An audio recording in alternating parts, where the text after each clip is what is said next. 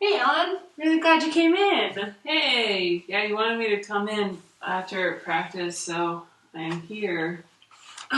Yeah. I just wanted to ask you a few things.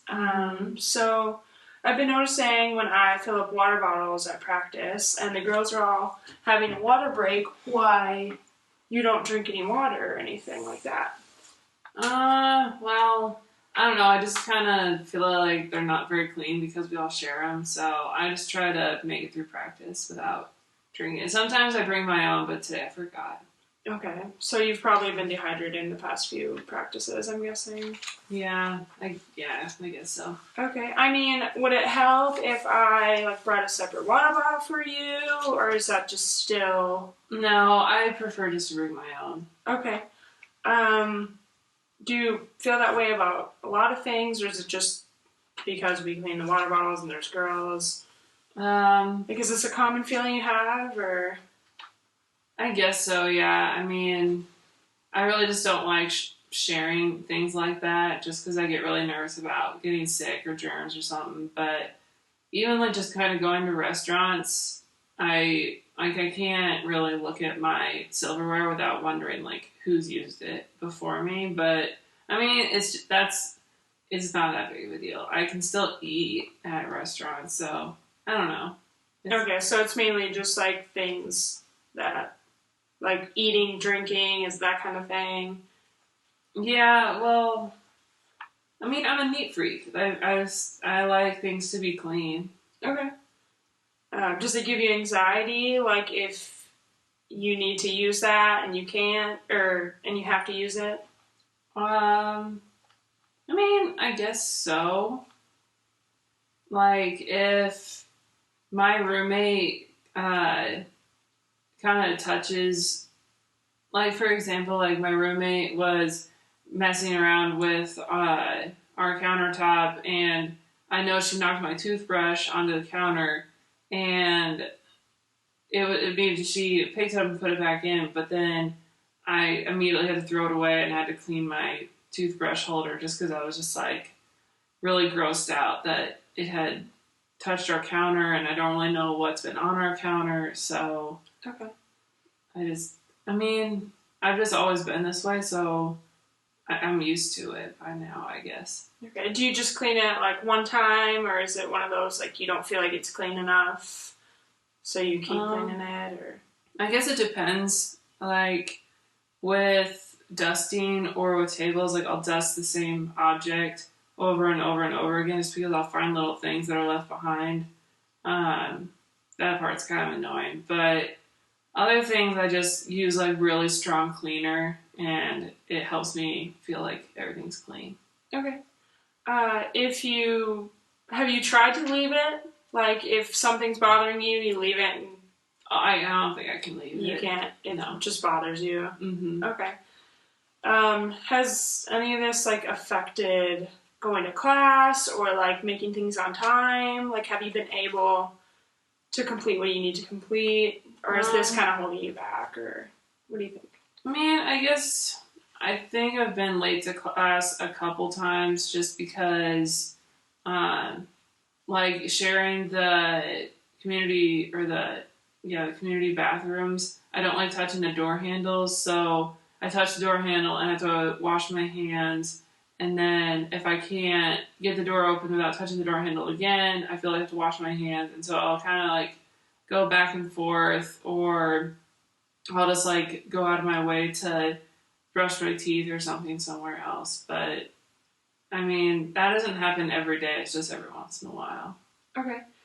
And you've kind of felt this way since you were a kid, or? Yeah, I'd say so. I know, like, my mom was always a really neat person. Okay. And I don't know, I guess I just kind of like, she kept our house really clean. And so then when just growing up, being at school, I wanted that environment to be clean. And then just growing up, like coming here, I want the same kind of security that everything's clean. Okay. Would you say that you have any tics of any kind, other than? What do you mean?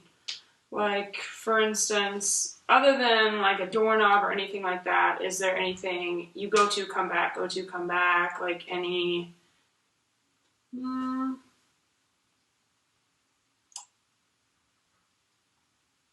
I don't think so. I guess the one thing that really gets my attention is my desk. I like my desk to look organized and to everything to be in a particular spot just because I think it looks really nice. So if something gets bumped off or um, before I leave for class during the day, I'll pick up all my stuff and I'll put all that stuff in my desk back right where I want it to be. But I think that's basically it. Okay. This is going to be kind of a weird question, but have you had any suicidal thoughts at all? Um, I don't know. No. No? Okay, good. Would you be willing to get referred to somebody just to talk to them about it and get more knowledge on it? Well, what do you mean? Like a mental health counselor, just so that they can give you, if this is kind of holding you back or time consuming, you might want to get information about, how to make your life easier. Because in the end, this could really affect your time. It could affect your academic schedule. Like, it could be really hard for you to succeed in school because it could be almost holding you back. But aren't mental health care professionals kind of for people that are, I don't know, like depressed or something? They can be for depression and anxiety and stuff like that. Well, I want to refer you just for the sake of if you're not drinking in practice because the bottles kind of freak you out, it could lead to something more serious. You could get really dehydrated and it could lead to a medical emergency. Or down the road, if you don't, fix these issues, like it could lead to substance abuse. You could find other reasons to like other ways to kind of cope with it, and it could be really dangerous for you. Mm-hmm. And it could even get so bad where you feel like you almost can't leave the house because like you don't know what's out there, and like just the outside world just might gross you out, Mm-hmm. So I think it'd be more beneficial to hear from somebody who knows more about that than I do, and can kind of lead you down the right way. So if I were to go to a mental health professional, do I have to go alone? Oh no, I can go with you. You can bring your teammates, a friend, your parent if you want. It's up to you. Yeah, I mean, even first session if you want me to come with or whoever, and then eventually if you start feeling more comfortable, then you can go on your own. It's up to you. And then what if I'm just not ready to see a professional right now? I mean, it's like, I understand what you're saying when you say it can get worse, but like, it's just, right now it's not that bad. So what's the importance of, like, can I just wait? I mean, if you don't feel ready, you don't have to go. Like, I'm not making you or forcing you to do that. But when you do feel ready and you feel like maybe it is hindering your life, like just know you can come to me and we can always, get you anything you need. Well, I kind of like just talking to you. Can I just keep talking to you instead of having to go talk to someone else?